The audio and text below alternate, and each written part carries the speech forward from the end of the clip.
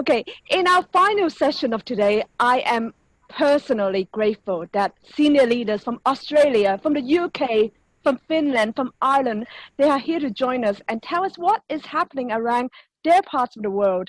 Now, let me first introduce, we have Professor Geoffrey, the Deputy Vice Chancellor Academic from the University of Canberra, Australia. Thank you very much, Jeff. Professor Sari Lindblom, Rector, University of Helsinki from Finland. Professor Stephanie Marshall, Vice Principal Education, Queen Mary University of London, and Professor Anya Kelly, the Associate Dean of Science Education, Trinity College, Dublin. Unfortunately, the President, Professor Prendergast, was not able to make it due to a clash in his diary, and Professor Anya Kelly is kind enough to take his place. As I will be facilitating this session, I may not be able to catch all your question and answer until after. Now, let me start. In the last few months, we have been through one of the most challenging worldwide crises that mankind have ever encountered. The world was in lockdown, and of course, in some places, they are still in lockdown. Can you share with us the biggest challenge in your university and showcase some of the approaches that you have tackled the challenge? And I'm sure this is something that our audience have been dying to know. Maybe I will start with Sari. Sari, can I start with you? Yes. Hello, everybody. I lost a little bit of my voice, but I hope you can hear me. Can you hear me? Yes, good. Of course, thank you for the previous sessions. I have been listening to them, and I think we share a lot of the same process, that lockdown took place very fast, and we had to react very quickly in universities. And at least in Helsinki, we are very much into collecting evidence to inform our decisions. And we sent a questionnaire to all of our students of their experiences during lockdown, concerning their experiences, levels of workload and stress and their well-being.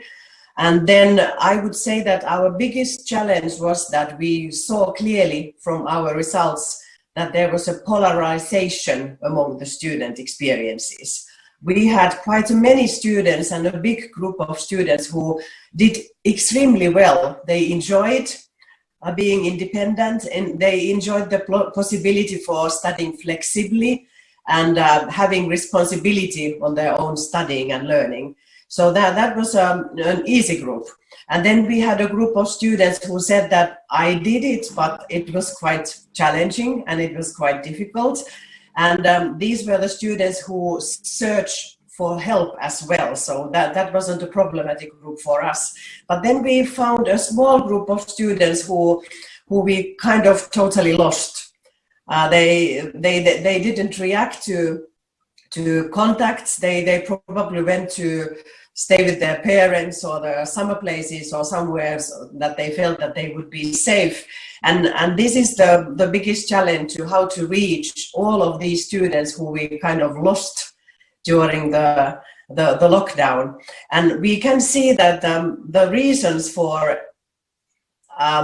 increased stress among some students was related to lack of self-regulation skills, because when you were studying alone, there weren't teachers who kind of spontaneously supported you, or then there weren't either fellow students. So that was the biggest challenge. And the solution to this, to my challenge, is that now we have the whole fall, we have been searching for individual tailored support for students who struggle during the lockdown. We are still partly locked down because it's a kind of hybrid model, that some courses are still online, or most of them, and then important courses like laboratory courses, freshman students participate in teaching because we want to get them included in our university community.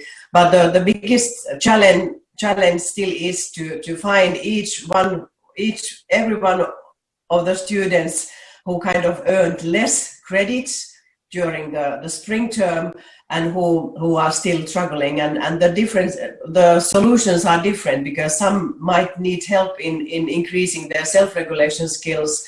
Some need help to reduce stress when you study a lot independently. So this is the the challenge from my point of view, which was the biggest one. And in the future, we are not becoming a virtual university. This is not what we are anticipating, but we would like to keep those elements that we thought that worked well during lockdown. But what we now miss is the face-to-face contacts with among colleagues and among students and among teachers, between teachers and students. So in the future, we are looking towards into kind of hybrid model, keeping flexibility of virtual teaching and in enhancing face-to-face teaching in situations that they are desperately needed. So that was my challenge, polarization of student experiences. Thank you so much, Sari. Thank you. Anya? Yes, hi. I think it's very, very interesting to hear Professor Lindblom's experience, because it really very much mirrors what has happened in Trinity as well. I mean, the major challenge, in some ways the challenge has changed. Back in March, we were absolutely in emergency mode. You know, we had to switch our teaching modalities very, very quickly. And so while we did our best to be mindful of pedagogical issues and so on, it was emergency mode. Whereas now we've had the benefit of time to plan our approach, and similarly it will be a hybrid approach. I mean, we made the decision quite early on to still provide as much face-to-face teaching as we possibly could for students. And of course that's necessary in many of the practical subjects like engineering and various sciences and health sciences and so on.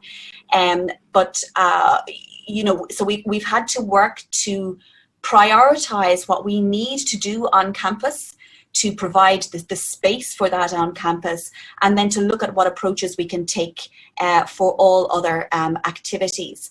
And, you know, a huge part of that is coming from the academic perspective, making sure that all our learning outcomes are met.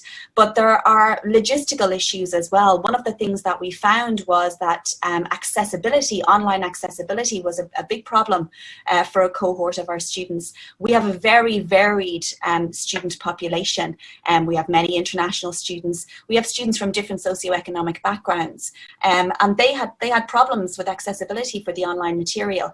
And so what we've done is to try, with the help of the Irish government, to ensure that there are computers and laptops made available for students, that we can help them with the physical access of the material. So we're trying to resolve those kinds of issues for students. And I think that just ensuring that we still have equality of accessibility for all students, I think it is a big challenge. Thank you, Anya. Thank you. Stephanie, what about you? What is the big challenge, and what is the good thing, one good thing at least, that happened to you during COVID? Right. Thank you very much, Cecilia. Building, I think, on what the previous two contributors have said, which I absolutely endorse, I'd say our biggest challenge was how do we actually get everything online in this short space of time while the clock was ticking down. And we actually did it. But I think there were kind of three sub-themes to that. And I think the number one thing was we didn't want people to just upload their PowerPoints and say that's good enough, which, of course, there were some who thought that was the answer. So we had to rapidly devise a standards framework that we said everybody had to operate. This is what baseline standards were for what we expected in terms of the online space. This was substandard, uploading PowerPoint, and here's what we really want you to be aiming for, so that it's a real enhancing experience as well that will engage our students. The second thing that we've heard referred to as well was the capability issue. And I say that there was a big spectrum in terms of those that were really, really excited. And I hate to categorize like this, but there were a lot of kind of digital enthusiasts that were recent recruits as well, that there were more junior staff, right through to the almost terrified and fearful of what they had to do. And that led to some interesting developments in terms of solutions, which I guess you want us to park for now as well, Cecilia, so I won't go into that. And then the third thing I felt was kind of the whole confidence thing.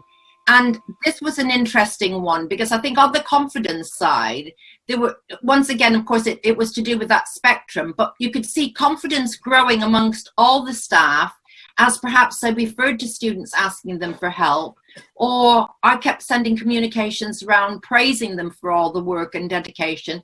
But a lot of those digital enthusiasts then started coaching the people who were having issues as well. So that worked really well. So we saw a big shift. So what started off as a massive challenge ended up being, I think, a really, really great community way of working that really is what's helped us. So in terms of what surprised me, I guess it was that whole journey in terms of looking to the future, because we are on a journey. We accelerated what our 2030 strategy was in terms of this blended hybrid offer, and there's no going back. And people get that now. To begin with, they didn't. They kept saying, in September, when we go back to normal, well, sorry, you won't be going back to that old, antiquated way of teaching ever again. So I think we set up a number of communities of practice, but as a result of teams, and I don't know how other people feel about this, I felt hierarchies were broken down. We had silos broken down. So I would run various network meetings with, for example, directors of education or program directors. And then in the chats, people would say, I've got an idea. And then I'd kind of quickly write in, please follow up with me. They'd share ideas, but they would follow up with me on a one-to-one, which never would have been possible before, but kind of coming out of Teams is what we use, having that one-to-one. I suddenly was able to put a lot more junior colleagues onto projects and lead projects where the number of people within their teams then that were more established staff. So I think in terms of having a teaching and scholarship contract, we can see a lot now. We'll be able to say, I did this, I stepped up to academic leadership, this is the way I helped. And I feel I'm much more connected now as a result of that flattening of the university with both students across the piece, but more particularly those junior academics that have the potential for academic leadership positions. So I'm thrilled about that latter, and it needs to continue. That is fantastic. That is actually fantastic. And sorry, Jazz, it was ladies first. So I'm assuming you can hear me okay? yes. Yeah, it's always good to check before you're 3/4 of the way through your presentation or your comments. Look, I just want to add probably a different dimension here. I think what my colleagues have said is very true. I think it's happened to most universities. I think our biggest challenge, though, is actually maintaining the social connection between staff, between students. I think that was something that we felt very strongly about because learning I think we coped quite well with the transactional aspects of learning. That's what I'm calling the transactional aspects. That's the content. I think it's relatively straightforward. To actually take content and to deliver that, and there's various ways we can do that. But I really just want to emphasise the biggest issue, I think, is actually around the social aspects with our staff and our students. And the other thing that I think we certainly struggled with, so I just want to mention this, is really about inspiration. So learning is about inspiring students.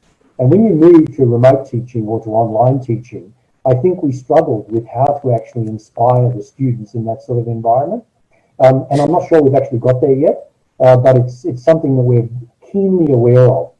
That yes, we can do the transactional stuff. Yes, we can do the sort of make sure students progress, and we can do the retention stuff. I don't think that's that hard. I think the hardest thing, though, is to say, how do we continue to inspire our staff and our students? That's something that we've been trying to put a bit more effort in. In terms of solutions, as I said, I don't think we've actually got there with our solutions yet. We did try setting up sort of social meetings for our staff where there was no agenda. We do things like, pick a funny background for your Teams or your Zoom. Then you can have a conversation around that. And that was really just a bit of an icebreaker. We tried. I think it worked well in some cases, not in others. If I was talking about our students, though, I think it's actually about having structured activities that actually try and bring in that inspiration aspect of learning. and inspiration aspect. Students need to be inspired by each other as well as by the staff. And so we've been trying to work on that one.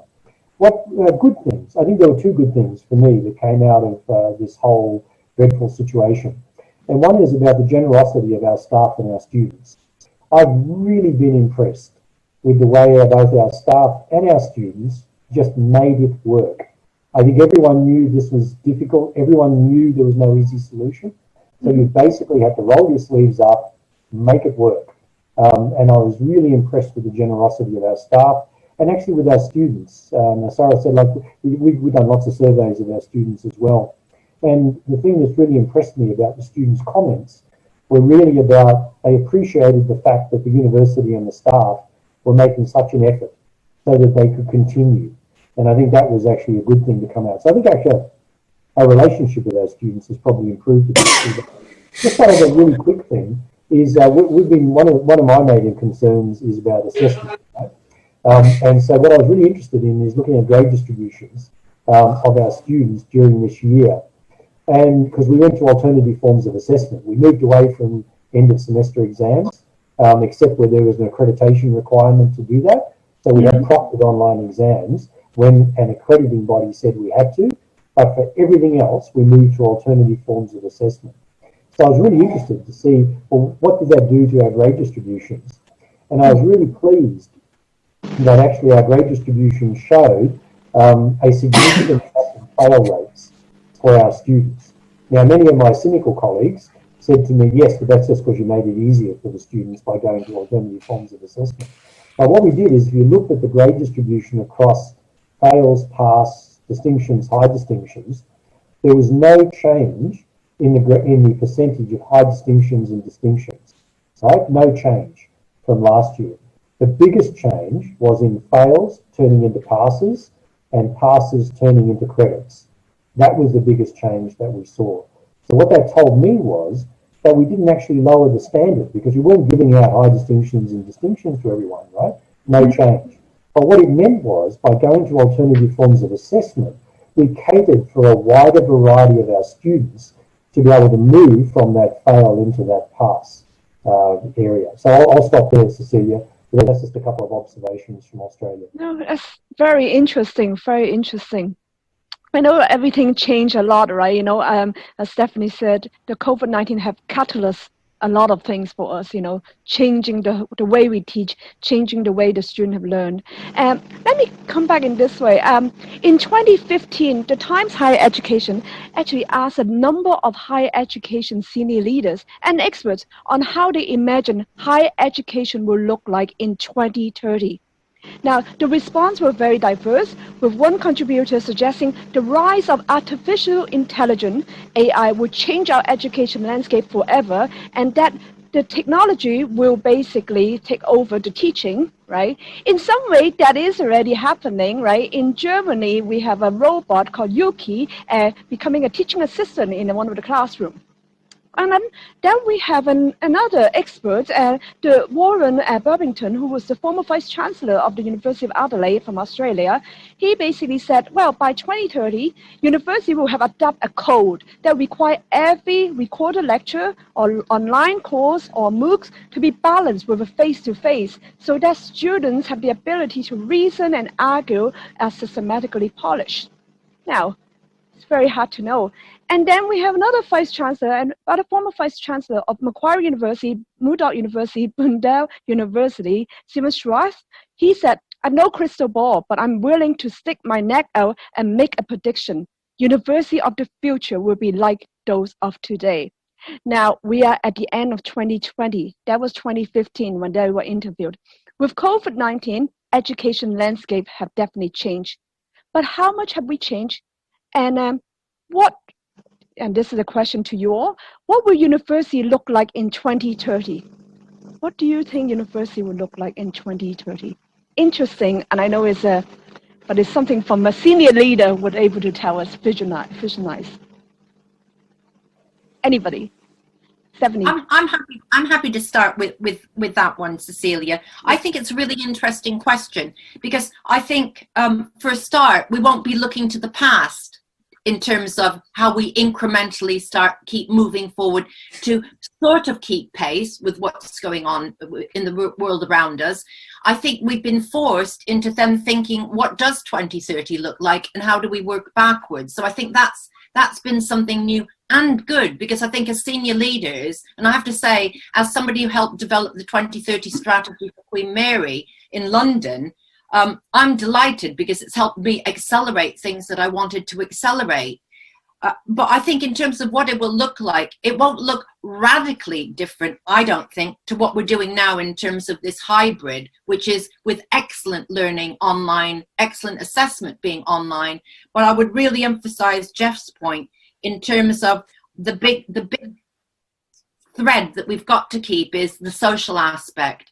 And I'm not saying that every student needs to be on campus, but I think the campus experience does develop the sorts of skills that we need for the workplace, for the workforce, leadership, for example, critical thinking skills, etc., which are best derived in that sort of face-to-face interaction that also comes from the social, spending time socially. Not to say that that can't be done virtually, because I think in terms of now having the global university, which I think is much more within our reach as a result of our online and hybrid approach.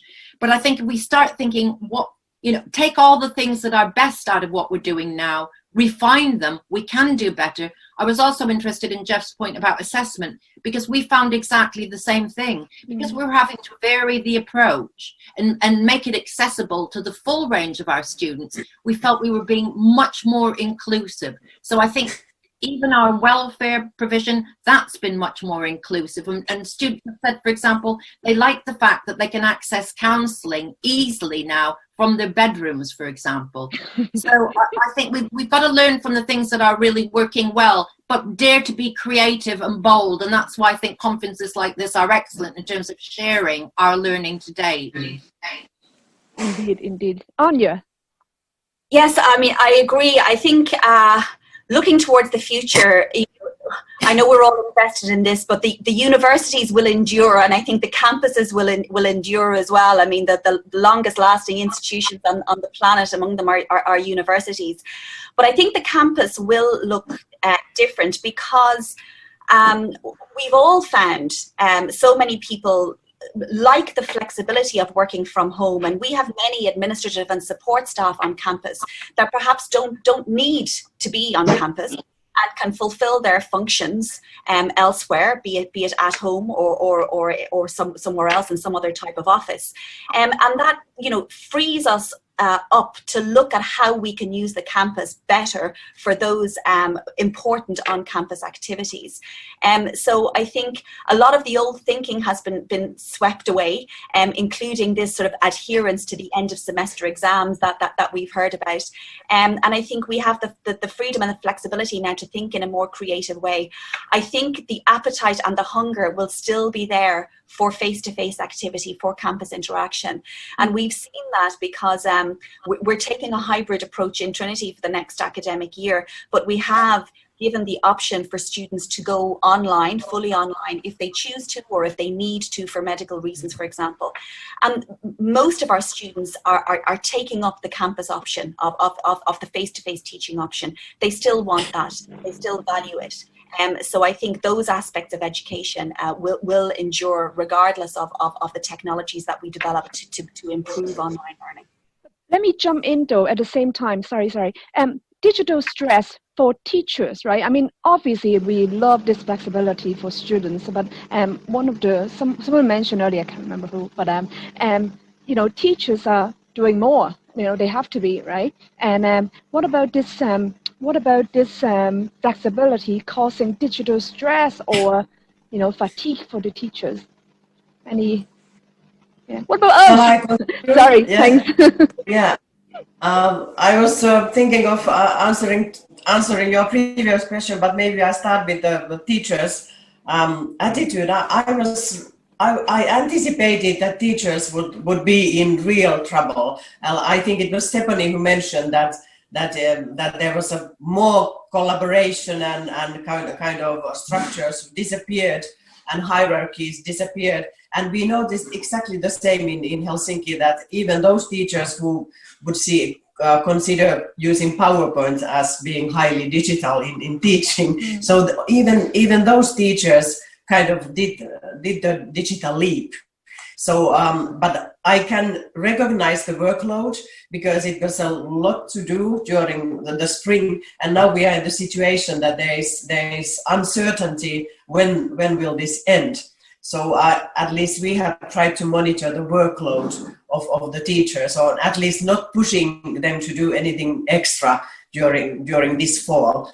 But maybe to the previous question, I just would like to my comments are totally aligned with Anja's and Stephanie's, that we cannot go back, and we have to become more modern in our ways of teaching and learning and studying, but kind of integrating digitalization in a wise way that is kind of that is suitable for different disciplines. So not just being talking heads and videos and all those things, but kind of really thinking how would online learning or digitalization help us. So this is very important. But as all of us mentioned, the kind of feeling of being a member of a university or academic community and the social connections between different people, I think this is really, really important, and this is something that we kind of lost during lockdown, and especially across disciplines. This I would like to emphasize, because we are able to create a community of learners inside the study program, but across. And that this is something that we need to be very careful in the future to enhance kind of social encounters across disciplines among teachers and among students, because the world's problems are so big that none of them can be kind of solved by inside one discipline. So this is important, and this is something which computers or robots or anybody cannot replace. So we need people who talk to each other. Totally correct. Kindness cannot be replaced by robot. Compassion, empathy. Jeff, what is your idea of 2030? Thanks. I've swapped over to the headphone. Is that a little bit better with the audio? Yeah, it's clearer, even clearer. Yeah. Excellent. Thank you. Look, apart from the things that everyone's mentioned, because we're definitely going to have a more flexible approach, and we're definitely going to be less fixated with sort of the traditional way of having to do things. But I think a couple of other important things that I think have come out of this, and that is a university being part of a wider community.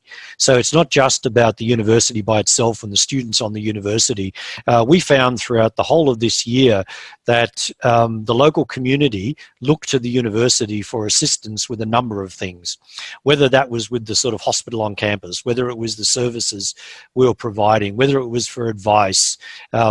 Earlier in this year in Australia, we also had some very bad bushfires as well. That came just before the COVID as well. And again, that brought out this the idea that the university could actually be an integral part of the wider community, both offering not only solutions to problems, but also a place to come for support, for advice. We found that's really important. And I think that's going to be something we're going to see in 2030. I think the universities will become a much more integrated part of their community. And I'm not just talking about sort of the normal stuff we do with industry relations and research and stuff like that. I'm talking about the sort of the actual local community itself, and the integration of the activities we do, and actually people feeling more comfortable coming onto a campus either physically or virtually, because we ran lots of virtual activities for the local community as well. And I think you're going to see a lot more of that, because we've realized how important that is, that universities are not just about the research and learning, but they're actually about the community engagement activities that we do as well. So again, that's just to add to the commentary that's already been made by people. Thank you, Jeff. You're totally right. You know, in Hong Kong, we're doing a lot of experiential learning, you know, community service. And I think those things is actually growing our students. You know, they're developing different skills, developing their different ways. And there are some of the stuff that they cannot be taught in classroom or in any lecture. And now, one positive outcome of the pandemic is that universities across the world have shared experience and resources that the online platform have brought us all one step closer. Like here, like what we have here, you know. I know in UK it's early in the morning, Finland is also morning, and then Jeff is in the afternoon, he's missing his dinner, and on you similar. This allowed me to bring all of you to borrow your expertise, you know, in sharing. Do you think this will continue? And if so, how can we continue? What else can we do in order to keep this going? I'm happy to start again, Cecilia. Please. Really good question. And I have to say, one of the things that I found is suddenly conferences like this, and I must really applaud what you're doing, I think are invaluable opportunities for us to be able to share ideas. And the fact is now, I suppose those of us particularly committed to checking out our carbon footprint, we can take part much more readily, for one thing. And I have to say, the other thing that I do love is, for example, you asked, would I be on the panel? Kind of look at who you're suggesting and thinking, absolutely wonderful international panel. And yet it fits in with the day job, if that makes sense as well. So suddenly it isn't overly burdensome, although I would love to, I mean, looking at the University of Hong Kong backdrop to you, thinking it would be lovely to be in Hong Kong. It'd be lovely to be with you and your wonderful colleagues. However, the harsh reality is we are exceptionally busy people. So if we can just share ideas, I mean, already listening to others, I'm kind of reassured with some of the things I'm doing, but I've also got some other ideas already about what more we could be doing, which I think is great. I think this is very much the shape of the future, and academics have always collaborated well, but now being able to do so virtually makes it even easier. And I would certainly hope that it continues, because it makes it so much more enriching to be able to share perspective this way, and in a timely, much easier way, whilst not guzzling fuel to get round the world. Great. I'll keep you in mind. I definitely get you next time too. Anybody else want to share? Just to endorse what's been said, and also that, I mean, we see it happening, you know, for these kinds of fora, but also, you know, major conferences, major academic conferences. The FENS Forum, the Federation of European Neurosciences, was held completely online this year. One of the major neuroscience conferences that happens annually. And again, one of the things that was quite obvious was just the diversity of the attendance at the conference because it was virtual. You know, we had representatives from many different countries, many different universities that perhaps would not have the means to travel and, you know, pay accommodation and so on. So I think it has, you know, equalized and democratized to a certain extent participation in academic life in many ways. So I think absolutely it will continue, because we see the benefits, and we're continuing to see the benefits. Great. Another question, right? Now, you guys would have heard Google is running their own certificate program, which claim it's as valuable as a degree. Okay, and last week I have Alibaba Business School, you know, talking on a round table as well. So companies, international companies, are actually running their own program, their certificate. Many international companies are also dropping degree as a hiring process criteria, as they lose faith in the educational system. And of course, we have open source, open access, open online courses now readily available, and in a way we would say in competition. What can we do to ensure university degree remains valuable? Sari, thank you. Yes. I'm not very optimistic towards the possibility that universities would be totally replaced by kind of courses organized by companies and whoever. And I think the main reason for this is that companies can, of course, offer something which is really practical in nature, which is totally embedded in the working life skills needed in specific professions or in specific areas. But universities are about creating new knowledge, and university is a kind of wonderful marriage between research and education.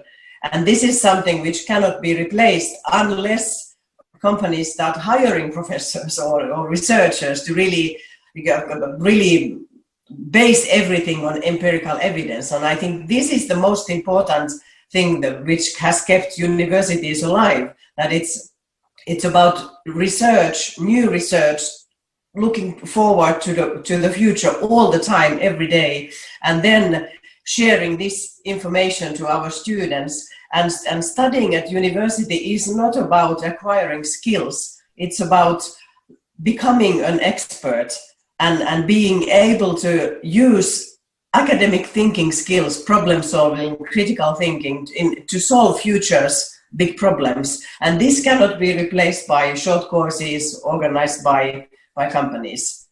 I feel very strongly about this, and I really, really hope I'm right. Thank you, Sari. And Stephanie. I can offer a slightly different perspective, if I may. I mean, I think that we'll see in the future that there will be many more stackable micro-credentials that might lead into then applications for degrees, but also a lot more partnership type degrees. And an example in the UK that you might be aware of are the degree apprenticeships, where students are based in the workplace, a company sponsors them, and then they've also got time though at university. And I mean, Queen Mary is a Russell Group university, so I mean, yes, research is really, really important to us. And we always say we're research informed teaching, but we value it's two sides of the same coin. It leads me to think we've got to have a better way of thinking about credit accumulation and transfer as well, which is an issue in the UK that has been considered as important but too difficult, so let's put it on the back burner, and that's happened so many times. But I think if we're serving our community of learners well and really serious about inclusivity, diversity of learners, and reaching the parts that haven't been reached before, we will do our utmost to make sure wherever we can work in partnership or what actually serves our learners well, and that whole notion of lifelong learning. Thank you, Stephanie. Thank you. Cecilia, is it all right if I just make a comment here? And it's not going to surprise you that I'm going to talk a little bit about assessment. I think what I've termed the transactional aspects of learning, I think private providers or companies will do that, and that's fine. I mean, that's really the skill development stuff.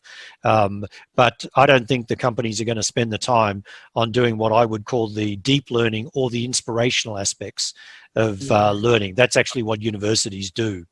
I think the danger, though, that universities need to address is that if their assessment is based on just purely the skill development and the transactional learning approach, then they will not have a future, and they actually deserve to be taken, their students deserve to be taken over by the companies. I think we need to offer something which is value adding, and that is around the inspiration. It's about lighting a fire in a person to actually want to be more than what they thought they could be. I don't think Google is necessarily going to do that. It might help you on that path, but it's not necessarily going to work with you on lighting that fire. So I think that's a really important part. So I think the thing we do need to work on is actually our assessments and the way in which, because I don't think, again, Google or Alibaba or any of these other groups are actually going to spend time on having inspirational assessments. What they'll do is have transactional assessments for the students, because that's an easy thing to do, and that's where you can scale it up and you can do that. So I do think we need to make sure that we never lose sight of the fact that we are here to inspire our students. We are here to set assessment tasks that will stretch our students to make them move beyond what they thought they could do, and that's actually our role. And so I think there'll always be a role for universities with that. So that's all. Very reassuring. Anya. Just to say as well that I think the concept of academic freedom is enshrined within so many universities, and it's so important that is maintained, and that sort of the independence of universities also has, with academic freedom, has so much to provide to students and academics. So I think that is another reason why the universities in their current form should and hopefully will endure. Thank you. Thank you. I know you guys are busy people, and I'm very mindful of time, and we're late. And final question. What are your messages of encouragement for our academic and staff across the globe as we move forward in these uncertain times?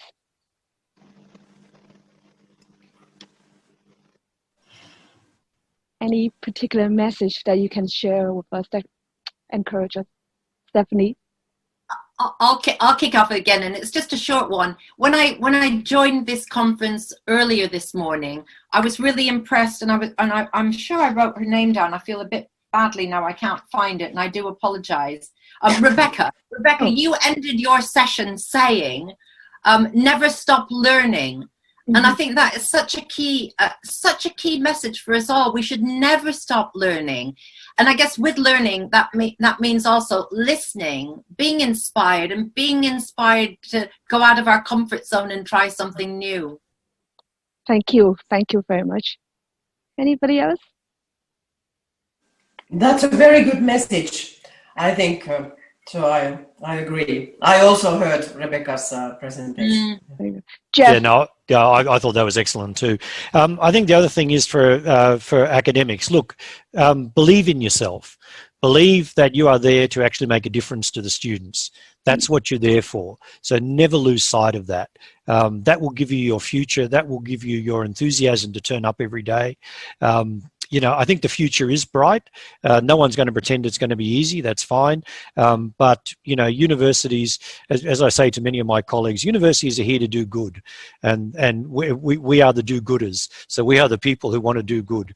So I say to my colleagues, in academia, you know, believe in yourself, continue to inspire students, continue to enjoy having those students, because you are shaping the lives of other people. You are making a difference. So yeah, just believe in that, because that's what you do. Thank you. Anya? Yeah, just to echo that and to say that, I mean, the work that we do is important, and it is valuable and valued. I mean, if we are to take some kind of a silver lining from the COVID situation, it just highlights, I mean, when we look at even academics in my own university, they're almost like minor celebrities at the moment, you know, because they're out there in the media, you know, talking about all aspects of what's happening at the moment, from the immunology and the research that's being done in vaccine development, to the importance of the arts and humanities to our lives in this sort of new, we're calling it a new normal, but it's not normal. But that I think it's highlighted, hopefully, to the public, the importance and the value of what we do. So I think just to hold strong to that, and hopefully with working together, we'll achieve even more, and we'll overcome this situation. Thank you. Thank you. Any last word? Guys, thank you so much. Thank you, Stephanie, Sari, Anya, and Jeff. You have been an inspiration for all of us, and inspire is the word that Jeff has been using. And you're right, you guys have been an inspiration. Thank you so much. I know you're all very busy, so really appreciate it. Thank you very much. Thank you. Yes, I am very mindful of time. And as much as I wish to learn more from you all and spend more time to chat with our participants, I need to finish here. So this forum has been an eye-opener, not just from the voices of the presenter, the experts, the students, and you, the participants, but the collaboration between all of us from different parts of the world. I think that's been absolutely amazing. And I hope we will continue this. No, let me rephrase. We will continue this, and we will not let our location, the virus, or anything to obstruct us. We will work towards the goal of better education for our next generation. So thank you very much, and feel free to contact us. I don't know, Susan, would you like to say a few words? Only to thank everyone who's been involved today. Cecilia and team, brilliant work bringing everyone together for such a rich program. I always love listening to our students because I'm so proud of our students. I love listening to our staff because I'm proud of our staff, and it's wonderful to be sharing with our international collaborators. So thank you all so very, very much for this afternoon. Thank you very much. And good morning, good afternoon, good evening. See you. Thank you. Bye. Bye.